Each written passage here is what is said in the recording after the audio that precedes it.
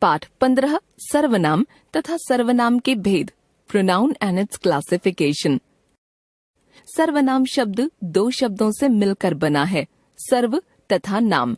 सर्व शब्द का अर्थ है सब या समस्त तथा नाम शब्द संज्ञा का पर्याय है। अतः सर्वनाम वे शब्द हैं जो समस्त नामों या संज्ञाओं के स्थान पर प्रयुक्त होते हैं तथा वही प्रकार्य फंक्शन करते हैं जो संज्ञा द्वारा किया जाता है। अब प्रश्न यह उठता है कि संज्ञा शब्दों के स्थान पर सर्वनामों का प्रयोग करने की आवश्यकता क्या है। आप जानते ही हैं कि यदि संज्ञा शब्दों का प्रयोग बार बार किया जाएगा तो भाषा अस्वाभाविक, अननेचुरल लगने लगेगी। उदाहरण के लिए निम्नलिखित गद्यांश को पढ़िए। अब्दुल के गांव का नाम नौशेरा है। अब्दुल नौशेरा के सरकारी स्कूल में पढ़ता है। अब्दुल के सभी अध्यापक अब्दुल को बहुत पसंद करते हैं। अब्दुल के पिता मौलाना नसरुद्दीन नौशेरा के डाकघर में डाकिया नियुक्त हैं। मौलाना नसरुद्दीन बहुत ईमानदार व्यक्ति हैं। नौशेरा के लोग अब्दुल के पिताजी की बहुत इज्जत करते हैं। अब्दुल के पिताजी भी नौशेरा के लोगों की बहुत मदद करते हैं। आपने देखा कि बार बार संज्ञा शब्दों के दोहराए जाने से गद्यांश के वाक्य अटपटे और अस्वाभाविक लग रहे हैं।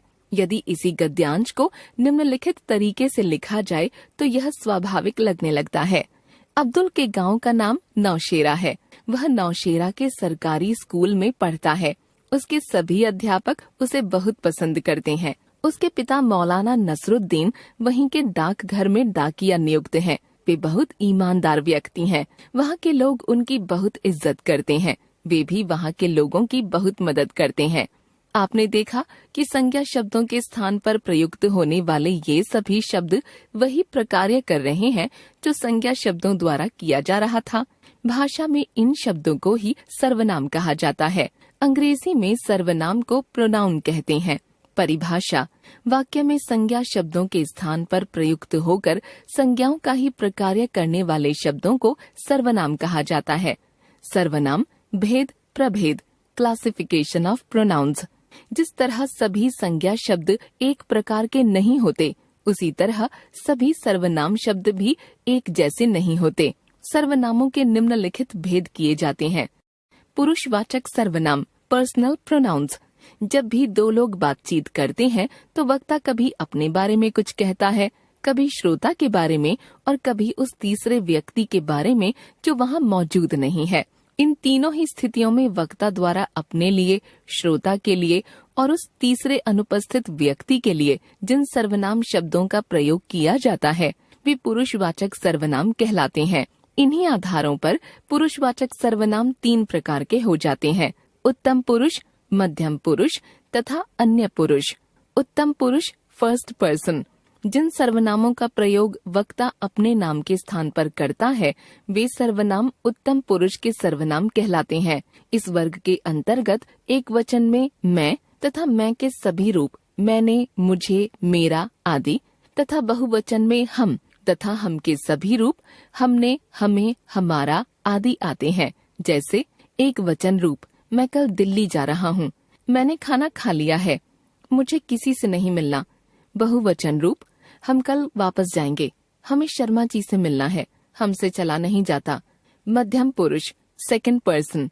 वक्ता द्वारा श्रोता के नाम के स्थान पर जिन सर्वनामों का प्रयोग किया जाता है वे मध्यम पुरुष के सर्वनाम कहलाते हैं। इस वर्ग में तू एक वचन, तुम बहुवचन तथा आप बहुवचन आदर सूचक सर्वनाम तथा इनके विभिन्न रूप आते हैं। जैसे एक वचन रूप, तू मेरे साथ चलेगा या नहीं? तुझसे कौन बात करेगा? तुम मेरे साथ चल सकते हो? तुमको यह काम तो करना ही होगा। आप किस स्कूल में पढ़ाते हैं? आपने खाना खाया या नहीं? हिंदी में एक वचन तू का प्रयोग केवल बहुत निकटता की स्थिति में होता है। जैसे दो मित्रों के बीच तू के स्थान पर अब तुम तथा आप का प्रयोग एक वचन में होने लगा है। इसलिए बहुवचन में इनके साथ लोग शब्द जोड़ा जाता है। जैसे एक वचन, मोहन कल तुम मेरे साथ आना। बहुवचन, बच्चों तुम लोग क्या करना चाहते हो? पिताजी क्या आप मंदिर चलेंगे? भाइयों और बहनों आप लोग मिलकर कुछ कीजिए। अन्य पुरुष, थर्ड पर्सन। वक्ता या श्रोता के द्वारा जब किसी अन्य व्यक्ति के नाम के स्थान पर जिन सर्वनामों का प्रयोग किया जाता है वे अन्य पुरुष के सर्वनाम कहलाते हैं। इस वर्ग में एक वचन के अंतर्गत वह तथा उसके विभिन्न रूप जैसे उसने, उससे, उसमें आदि आते हैं तथा बहुवचन के अंतर्गत वे तथा उसके विभिन्न रूप जैसे उनसे, उनका, उन्होंने आदि आते हैं। जैसे एक वचन, वह मुझसे बात नहीं करता। बहुवचन, उससे कोई मिलना नहीं चाहता।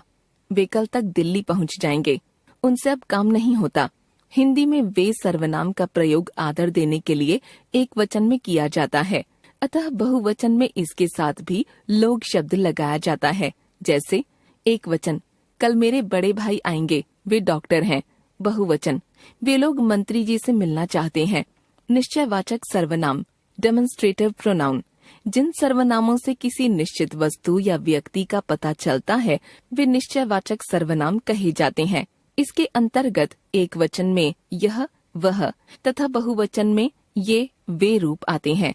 यह तथा ये का प्रयोग निकट के व्यक्तियों और वस्तुओं के लिए किया जाता है तथा वह या वे का प्रयोग दूर के व्यक्तियों या वस्तुओं के लिए, जैसे यह, ये तथा उनके रूप अध्यापक, पास में रखी कुर्सी की ओर संकेत करते हुए, अब्दुल इसे यहाँ से ले जाओ।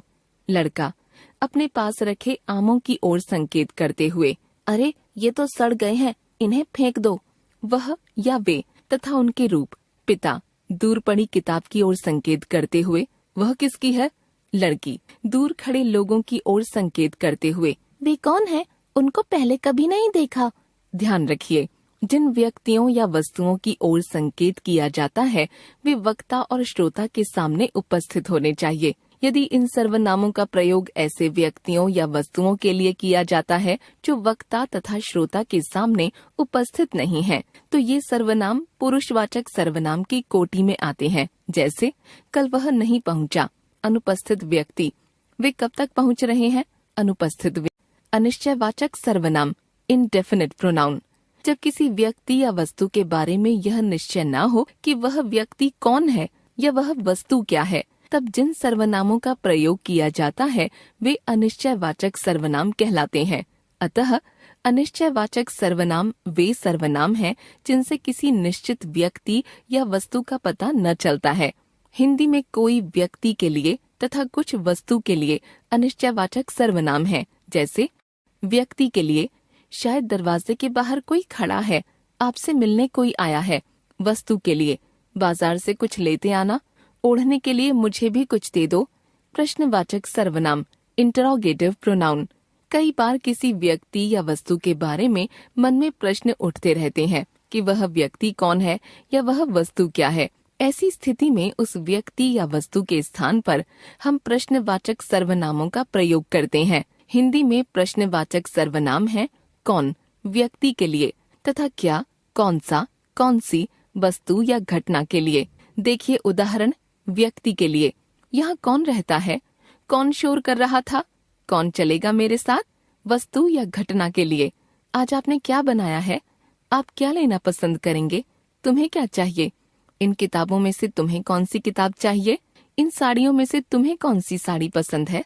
संबंधवाचक सर्वनाम, रिलेटिव प्रोनाउन, मिश्र वाक्यों में एक प्रधान उपवाक्य होता है तथा शेष आश्रित उपवाक्य। कुछ सर्वनाम ऐसे होते हैं जो आश्रित उपवाक्यों को प्रधान उपवाक्य के साथ जोड़ने का कार्य करते हैं। इनको संबंधवाचक सर्वनाम कहा जाता है। हिंदी में जो तथा जिसे संबंधवाचक सर्वनाम है। जैसे वह लड़का चला गया जो अक्सर झूठ बोलता है, वह किताब फट गई जिसे तुमने दिया था, वह मकान गिर गया जिसकी दीवार कच्ची थी, जो चोरी करता है वह अवश्य पकड़ा जाता है, यह वही लड़की है जिसने सामान चुराया था, यह वही कमरा है जिसमें मैं पहले भी रुका था। निजवाचक सर्वनाम, रिफ्लेक्सिव प्रोनाउन, निज शब्द का अर्थ होता है अपना। निजवाचक सर्वनाम वे सर्वनाम हैं जिनका प्रयोग वक्ता के द्वारा वाक्य के कर्ता के लिए किया जाता है। हिंदी में स्वयं, खुद, अपने आप ही आदि निजवाचक सर्वनाम हैं। जैसे अब इस काम को वह स्वयं करेगा, वह खुद खाना बना सकती है, तुम अपने आप अपना काम क्यों नहीं करते, वह अपने आप अपने कपड़े धोता है। हमने सीखा, सर्वनाम शब्द वे शब्द हैं जो वाक्य में संज्ञा के स्थान पर प्रयुक्त होते हैं तथा वही प्रकार्य करते हैं जो संज्ञा द्वारा किया जाता है। सर्वनामों के 6 भेद होते हैं। पुरुषवाचक, निश्चयवाचक, अनिश्चयवाचक, प्रश्नवाचक, संबंधवाचक तथा निजवाचक। पुरुषवाचक सर्वनाम के 3 भेद होते हैं, उत्तम पुरुष, मध्यम पुरुष तथा अन्य पुरुष। उत्तम पुरुष सूचक सर्वनाम है मैं, हम। मध्यम पुरुष सूचक सर्वनाम है तू, तुम, आप तथा अन्य पुरुष सूचक सर्वनाम है वह, वे। निश्चयवाचक सर्वनाम है यह, वह, किसी वस्तु या व्यक्ति की ओर निश्चित संकेत करते हैं। अनिश्चयवाचक सर्वनाम है कोई, कुछ। इनसे किसी निश्चित व्यक्ति, वस्तु का पता नहीं चलता। जब मन में यह प्रश्न उठे कि कोई वस्तु क्या है या कोई व्यक्ति कौन है, तब प्रश्नवाचक सर्वनामों का प्रयोग किया जाता है। इसके अंतर्गत कौन व्यक्ति के लिए तथा क्या, कौन सा, कौन सी वस्तु के लिए सर्वनाम आते हैं। मिश्र वाक्यों में प्रधान उपवाक्य तथा आश्रित उपवाक्यों को जोड़ने का कार्य करने वाले सर्वनाम संबंधवाचक सर्वनाम कहलाते हैं। इसके अंतर्गत जो, जिस सर्वनाम आते हैं।